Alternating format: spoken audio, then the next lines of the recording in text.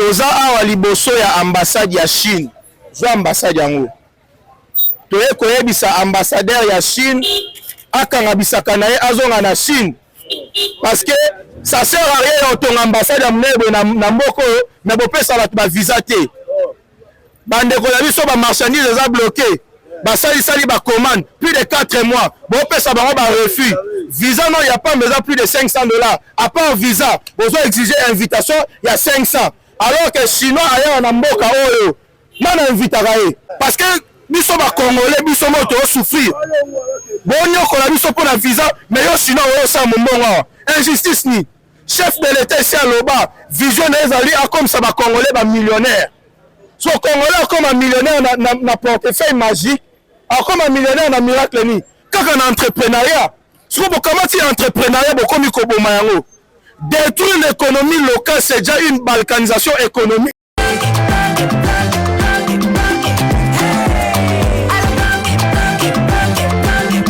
Oyoki elenge ya Congo tapelema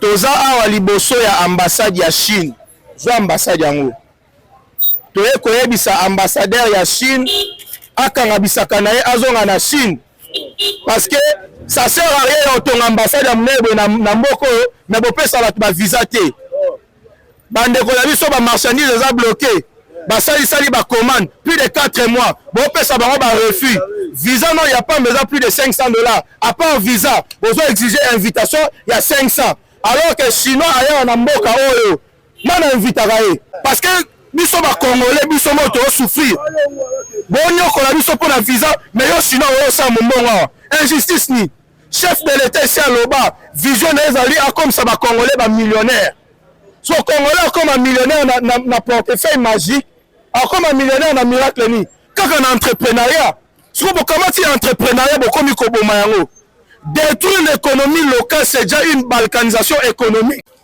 Zandu oye! Zandu viva! Zandu viva! Zandu viva! Viva! Viva! Viva! Zandu ne tombera jamais. Le loto est awa na ambassade ya Chine. Côté le mela makambo oyo Chine ezoko sala. Bande konyo so bomoni bavandi baza na sima awa, ce sont des commerçants. Baza ba père de famille. Ebele oyo basala mombongo na bango na Chine. Bazali kolela Chine est bloqué bango ba visa. Chine est boy ko pesa bango ba visa. Na ba étudiant bazo pesa bango ba visa te. Et comme pona oya Chine et sengel ofuta $500 ya invitation. Donc visa ya Chine est commis déjà ba 1000. Chinois alors que chinois alongwa na mboka na ye. Asala monika musala ko nika ba toilette ko pepa ba wese awa na Kinshasa sans invitation. Akoya Congo gratuitement. Mais pourquoi? Afuta rempoté. Bande konyo so bomo na bazawa. Bafuta ba taxe ya l'état non? Et on y sur l'état qui n'a reçu ba impôt. Mais l'état pourquoi boki ko sunga bande ko biso ba commerçanté. Chef de l'état, vision na ezaki ya kokomisa ba congolais ba millionnaire. Congolais ko comme millionnaire na qui sito na portefeuille magique ou comment? C'est moyen ko komisa ba congolais ba millionnaire ezali entrepreneuriat. Mais comment un étranger ba bomé économie na biso ba chinois si bazwa nyoso na mboka na biso tina ba minerai koma ya bango espoir ya suke koma kizandu tala le ba nyiba boma zandu chef de l'état zo ba nini maman ministre ya affaires étrangères maman Thérèse Kaikwamba musala na ezaka ka Washington te tala secteur oyo passeport déjà comme passeport na kozwa lele comme makambo ya visa. Voilà pourquoi tu es en ambassade, tu es ambassadeur ya Chine. Tu peux 24 heures à Luka solution et puis allons la $500 wana. Tu es bitina na ngote. Ça c'est l'escroquerie. Vouloir détruire l'entrepreneuriat local ya ba congolais, c'est une balkanisation économique. Balkanisation ezaka ateke Rwanda zuma bele. Oh bo balkaniser biso. Ba indien ba balkaniser économie na biso, ba libanais na ba chinois. Nyoso pesa zuwa banda facha komi na ba américain ba chinois ba komo ka mutema pasi mais ça faute na biso te bozala na biso pendant 18 ans est-ce que bolakisa ba congolais ndenga osala do tokenda ta ko kima kuna biso yo tokenda ka on rentre c'est ça le visa mais bon plus na biso le visa pour ani voilà hein biso ba commerçant biso to ba commerçant to kenda ka Chine ba visa ngo to zoka to kenda ka pe to zonga to kimaka te to kenda na mbongo meto ya ka mabopa mbongo tikala na Chine Nous comprenons que nous politicien. Nous sommes voyageurs. Nous avons visa na biso to mesana ça fait 4 mois, ceux qui 3 mois, 4 mois, nous allons soumettre le dossier, nous allons répondre. Nous allons battre tout ça la ndenge. Ça fait 3 ans après ça a installé au PND. Je peux dire quoi? Si nous sommes là, c'est une réclamation. On n'arrive pas à comprendre ce qui se passe à l'ambassade de Chine. Parce qu'on a introduit des dossiers depuis au mois de décembre. Jusque-là, l'ambassade ne nous répond pas. Et puis, une fois vous reprenez les dossiers, il n'y a que des refus, il n'y a que des refus. On a payé les $110 à l'agence, à la banque, pour soumettre les dossiers. Et là, l'agence refuse maintenant les deuxièmes soumissions des dossiers. Et refuse, il nous demande de repayer les frais bancaires encore. Pour quelles raisons? Et jusque-là, nous ne comprenons pas qu'est-ce qui se passe avec l'ambassade de Chine et la RDC. Et nous sommes venus pour réclamer. Quelqu'un qui voyage déjà plusieurs fois dans votre pays, est-ce que vous pouvez nous compliquer le visa? C'est vraiment dommage. Et puis, sur le bien, ça peut avoir visa et résidence, ça va visa tourisme. Puis, surtout qu'il y a tourisme. Tu préfères la Chine pour le tourisme. Bon, après, c'est un visa, beaucoup moins compliqué. Chaque jour, tu vas soumettre, si tu as si refus, tu vas dire que tu as fait consulaire sur la banque. Bon, la banque, ils ont raté, tu as fait ça à refus. Et l'équipe, trop, c'est trop. En tout cas, nous avons la vidéo, parce que tu as les makambo. Si vous avez tu as piné, et comme tu belé, comme tu as caméra, et tu as noté. Tous autres, nous avons un message pour créer une solution. Tous les voyageurs, tous les touristes, tous les Chine pour le tourisme, tous les Mongo, tous les Mabo Pamba. En tout cas, tous les beaucoup de traditions. Donc la vérité est que nous sommes venus voir soit les consuls ou l'ambassadeur qui nous disent qu'est-ce qui se passe, pourquoi il y a des refus, pourquoi il n'y a pas de visa, pourquoi ils ne nous accordent pas les visas. Nous sommes des commerçants. C'est le pays qui nous reste à faire les affaires, c'est la Chine. Et nous allons là-bas pour acheter et revenir dans notre pays. Mais qu'est-ce qui se passe jusque-là où on n'a pas de visa? Que l'ambassadeur, en fait, les consuls nous disent. S'ils veulent fermer leur ambassade, qu'ils nous disent.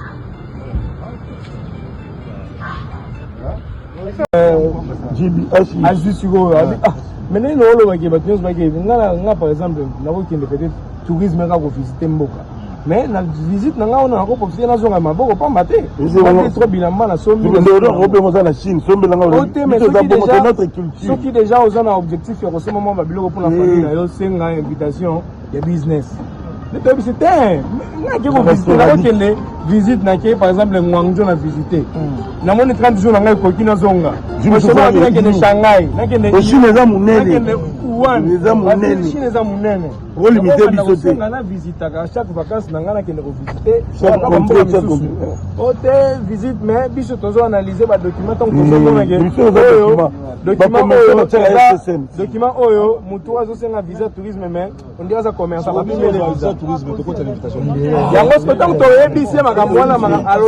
histoire ya kaleze akala siko eza siko tebi c'est bon siko eza siko mais il faut yebisa biso demande tourisme il faut appeler ça pour que azwa visa na ye oh wana seke donc ba biloko ba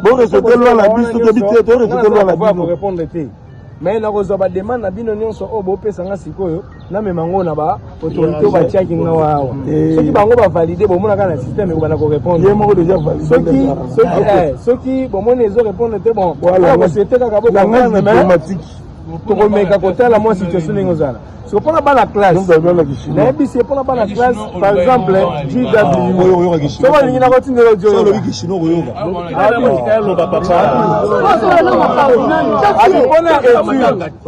pour étude na ebisi par exemple pour étudiant azana GW et utikuna DQ et utina Chine document ni boko pimela étudiant par exemple document attestation de licence précision moins exacté. N'importe mais et ce document officiel ya Congo. Yo yé na Congo okuti yango bongo. Il faut benga ta autorité na biso okuni bango. Est-ce que document na bino oyo ezalaka boyeto ezalaka boyeto po ezala ki accord likolo wana. Ote soneka tozotala mais faut précision ya mobali to moi c'est en attestation de naissance. ceux qui t'apprécient document, tu repères un visa. Ceux qui t'apprécient, tu repères un visa. Mais Moutou Bozong, ici, les dossiers à modifier, attestation de naissance, pour que les choses sont modifiées déjà. Ok, on le dit, ils sont modifiés. On a la preuve dans le bateau, que les choses sont modifiées déjà, ça. Donc, yo, Tindi, va modifier attestation de naissance, va modifier ici. Mais, tant que vous ça, refus maman Zolanda. So, botala qui sur base ya nini.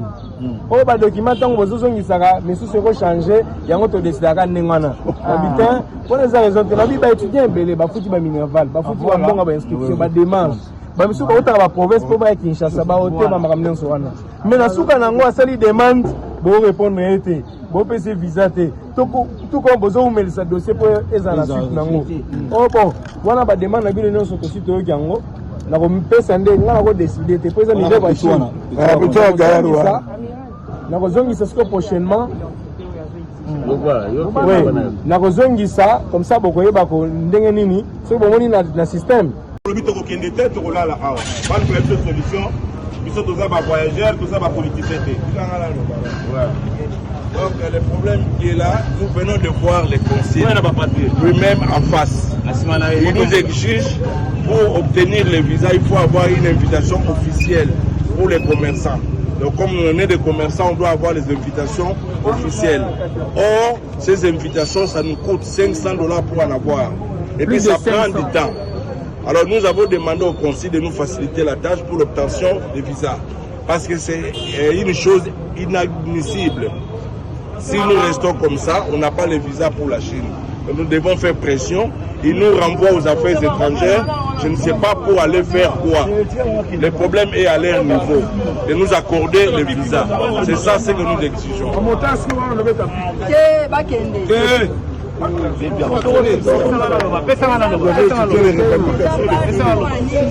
Quel que soit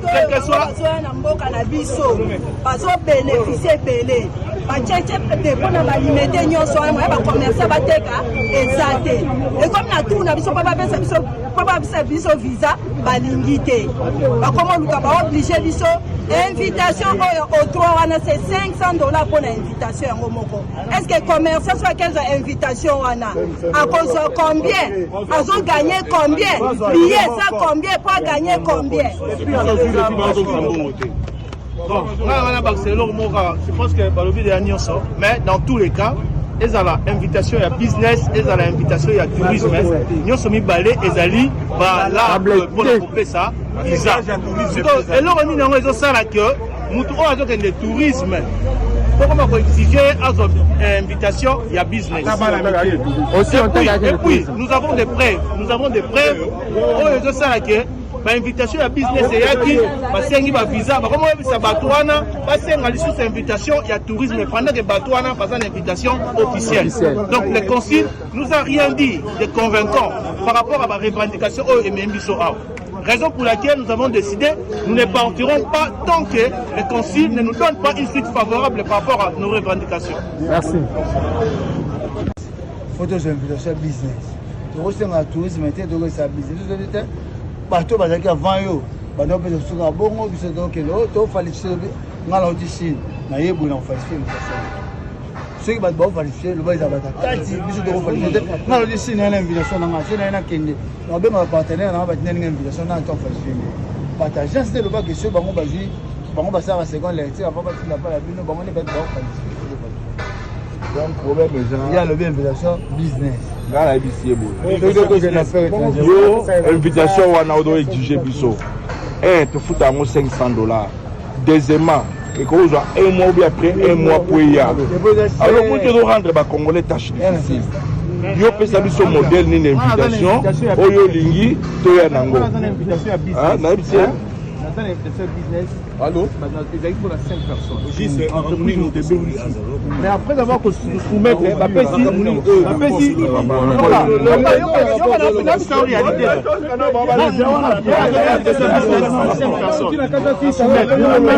encore les 4 il faut invitation et à tourisme. On se comprend.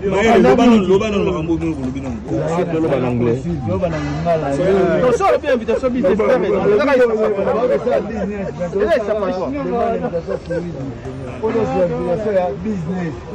Business, un mois, 2 mois. On attend 3 personnes parce que.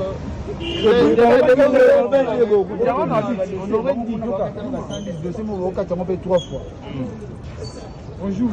En conclusion, on a initié la poussée. Et en conclusion, on a initié que de réfléchir. C'est pas pour rien, Tindu à Osala, il faut ça pour les Congolais. Va réfléchir. Invitation de Zabiso de Nosenga. Ils auront mis son bon et belé, ils auront mis son temps. Yo Kende réfléchir. Mais ça dit sur ce modèle d'une invitation du tout même. Oh, c'est pas à moi de vous donner le modèle d'invitation. Non, yo no orienté biso. Oh, t'es pourquoi nous sommes venus à invitation et à tourisme. Vous allez pour les affaires, faire les affaires graves. Non, faciliter biso tâche. Pour biso de la partenaire la biso na Chine. Soit tous la société ou tous la contact na bango. Parce que société comme ça la biso invitation, bah signer, tu es nango to kasi yo. Oh, tu fait dans l'officiel. On va dans la explication na tu fait dans l'officiel invitation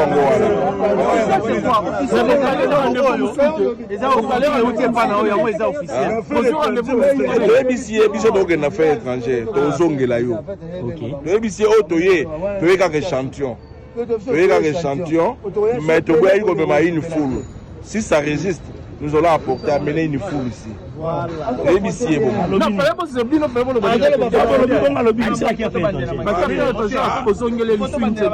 parce que tout ce qu'il vous a dit là,